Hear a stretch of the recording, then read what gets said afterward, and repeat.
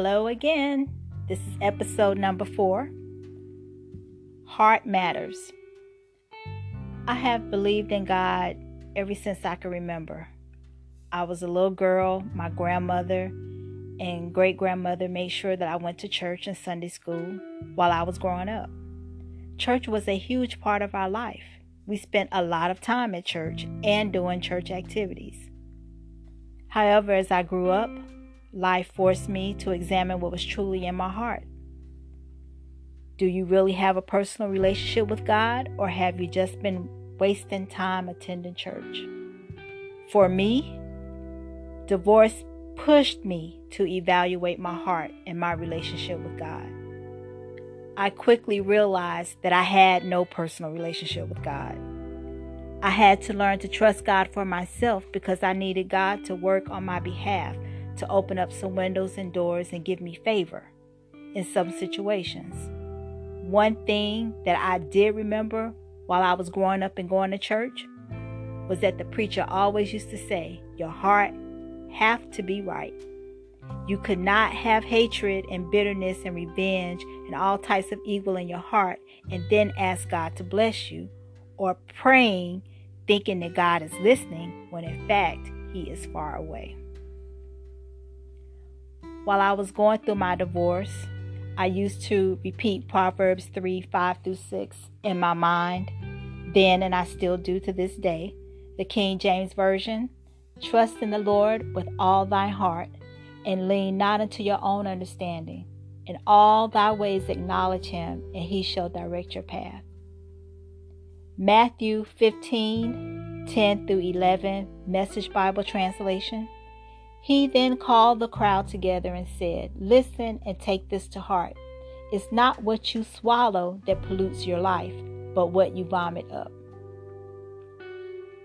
No doubt about it, some trials and tests in this life will force whatever is truly in your heart to come out.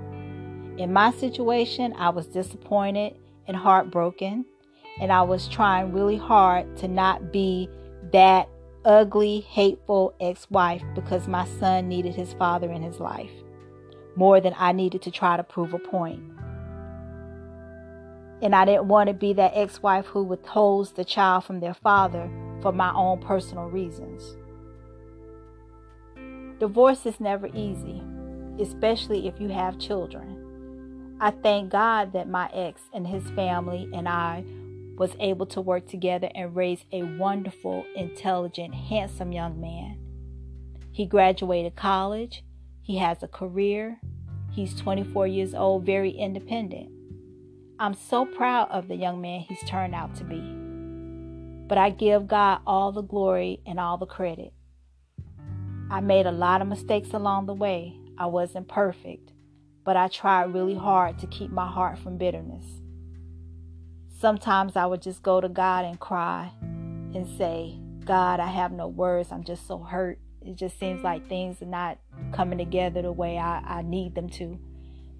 And I believe that God honors your honesty. Whenever you come to Him and you're upfront and you're honest, God already knows what you're feeling anyway, what's truly in your heart. And I believe that He honors your honesty. Psalms 34:17-18 in the Message Bible says, is anyone crying for help? God is listening, ready to rescue you. If your heart is broken, you'll find God right there. If you're kicked in the gut, He'll help you catch your breath. And that's what God did for me. He helped me catch my breath at a time where I felt like I was lost. I was devastated. I didn't know how to put my life back together again. All I could do was lean on Him and depend on Him. And He did direct my path. And He eventually made it better for me. He did. And I can say that only God can take something horrible and make it turn out good. Some things in this life have to happen, but know that it eventually works out for you in the end. Romans 8:27-29, the Message Bible says, He knows us far better than we know ourselves, knows our pregnant condition, and keeps us present before God. That's why we can be so sure that every detail in our lives of love for God is worked into something good. God knew what he was doing from the very beginning. He decided from the outset to shape the lives of those who love him along the same lines as the life of his son. The son stands first in the line of humanity he restored. We see the original and intended shape of our lives there in him. Woman, I ask you, do you know the condition of your heart? I pray that this has been a blessing to you.